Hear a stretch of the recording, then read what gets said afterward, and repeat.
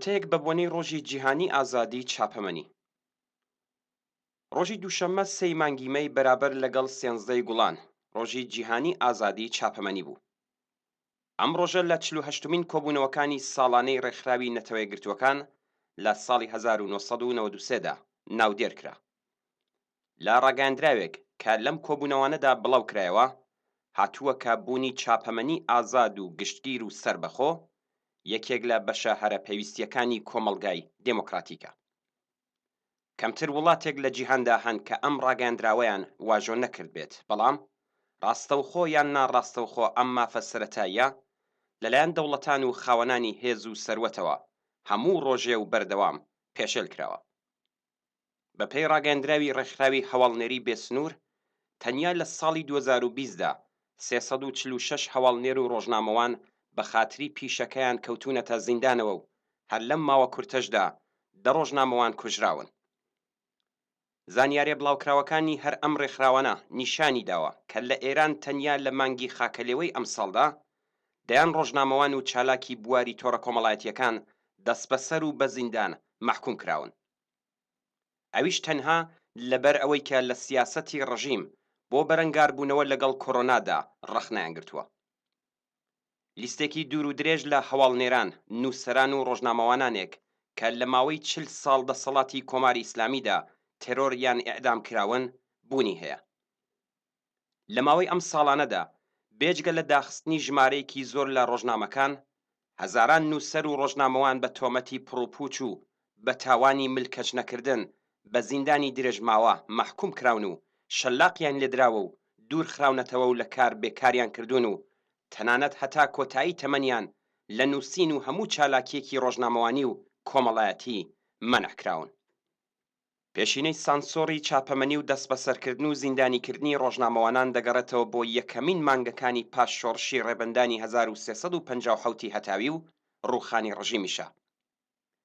لەو کاتەدا خومەینی بەڕاشکاوی فەرمانی شکاندنی قەڵەمەکان و سووتاندنی ڕۆژنامە و کتێب و بڵاوکراوە غەیرە ئاینیەکانی دەرکرد و بەم جۆرە دەست بەسەرکردن و زیندانیکردنی نووسەران و ڕۆژنامەوانان لە ئاستێکی بەریندا دەستی پێکرد. ڕژیم بە هێرشبردننی بۆ سەر ئازادی ڕاگەیاندن، پەلاماردان بۆ سەر زانکۆکان و بە هێرشەکانی بۆ سەر کوردستانی شۆڕژگێڕ، هەوڵەکانی بۆ سەرکوتی شۆڕشی ئێران کە لە ڕاستیدا ڕژیمیشان نەیتوانی بوو بە سەرنجامی بگەێنێ دەستی پێکرد. لەو کاتەوە بەرەو ئەملا پێ بەپێی سەرکوتی خەباتی ئازادی خوازانەی خەڵک، ئێران بوو بە زیندانێکی گەورە بۆ ڕۆژنامەوانانی کۆمۆنیست، ئازادی خواز، سربەخۆ و پێشکەوتو خواز و بەرەبەرە و لەگەڵ سەقامگیربوونی دەسەڵاتی ڕژیمی ئیسلامی گوشار و بربەستەکانیش بە یاسا دەرهاتن. لە ئێرانی ژێر دەسەڵاتی کۆماری ئیسلامیدا ڕۆژنامەوان بێجگە لە ئەوەی کە بەکردەوە دەخرێتە بارودۆخێکەوە کە خۆی سانسۆر بکات، بەڕەسمی لە کاناڵە جۆرا و جۆرەکانەوە بەسەریدا دەسەپێندرێ کە چ بڵێت و چ نەڵێت، چ بنووسێت و چ نەنووسێت. کۆماری ئیسلامی تەنانەت ئەو ڕۆژنامانەی کە لە چوارچێوەی پاراستنی ڕژیمی ئیسلامیدان بەڵام بە ئیستراتیژیەکی جیاوازەوە بڵاو دەکرێنەوە تەحمل ناکات. ڕژیم لە بەرامبەر ڕۆژنامەوانانی بیانیشدا تاقەت ناهێنێ و بە پیلانگێڕی ڕێگریان لێ دەکات و وەریان ناگرێوەیان هەوڵ دەدات ناچاریان بکات کە خۆیان سانسۆر بکەن. کەم نین ئەو ڕۆژنامەوانە بیانیانەی کە پەروەندە سازیان بۆ کراوە و بە سیخۆڕی و دەخاڵەت لە کاروباری ناوخۆیی و هاندانی خەڵک دژ بە دەسەڵات و گەندەڵی ئەخلاقی تۆمەتبار کراون. لە ماوەی ساڵانی ڕابردوودا ژمارەیەک لە ڕۆژنامەوانان لە پێناو وەرگرتنی پوان لا دەوڵەتەکانیان بە بارمتە گیراون و بەبێ هیچ هۆکارێک ساڵانێک لە تەمەنی خۆیان لە زیندانەکانی کۆماری ئیسلامیدا بەسەر بردووە. لەناو کۆماری ئیسلامیدا هەموو جۆر ئاشکراکردن و لە قاودانی دزی کاربەدەستانی پلەبەرزی دەسەڵات بە تایبەت ئاخوندەکان و بەرپرسە ئەمنی و نظامیەکان بە تاوان لە قەڵم دەدرێت. نیشاندانی وێنەی جنایەتەکانی هێزە نظامی و پاسدار و بەسیجیەکان تاوانە. لە قاودانی گەندەڵی ئەخلاقی ئاخوندەکان شکاندنی هەرێمی ئیسلامی پێناسە دەکرێت. ئامادەکردنی هەواڵ لە ناڕەزایەتی و خەباتی جەماوەری بە تاوان لە قەڵم دەدرێت. نووسین سەبارەت بە بێکاری و هەژاری بە مانای تێکدانی ئاسایشی گشتیە. باسکردن لە ستەمی داسەپا و بەسەر نەتەوەکانی ئێران جیای خوازیە. نیشاندانی بێحجابی و وێنەی وەرزشی ژنان دەستڕێژیە بۆ سەر دابوو نەریتی گشتی، سوکایەتی بەڕێبەر، هەوڵدان دژ بە ئەمنیەتی ملیە.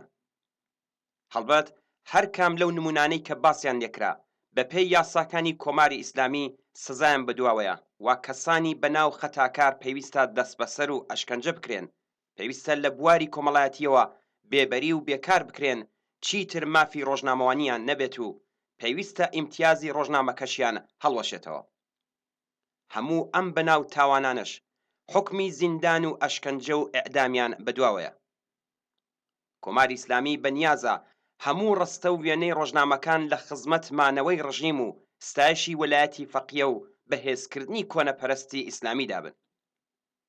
لە ڕاستیدا سەرڕای هەمووی ئەم گوشارانە بۆ سەر چاپەمەنی و میدیاکان ئەمڕۆکە بابەتی ئاگادارکردنەوە و ڕسواکردنی کۆماری ئیسلامی و سیاسەتەکانی بە شێوەی جۆراوجۆر لە کۆمەلگادا لە جەریاندایە و ڕژیم نەیتوانیوە بە هەڕەشە و ئەشکەنجە و زیندان بەربا بڵاوبوونەوەی هەواڵی جنایەت و تاڵانکاری و قێزەوەنکاریەکانی کاربەدەستانی ڕژیم بگرێت و ئەم ڕژیمە زیاتر لە هەموو کاتێک ڕسوا بووە.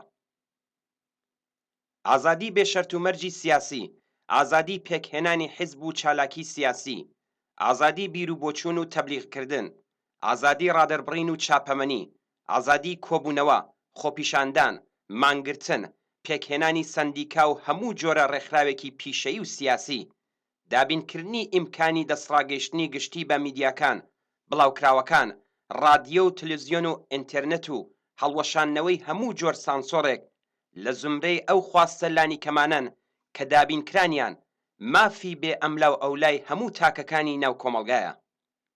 بێگومان ئەم ئازادیانە داخوازی گشت کۆمەلگان، بەڵام دابینکردنی ئەم خواستە گشتی و کۆمەڵایەتیانە بەبێ خەباتی پەیگیر و ڕێکخراو دەستەبەر نابن.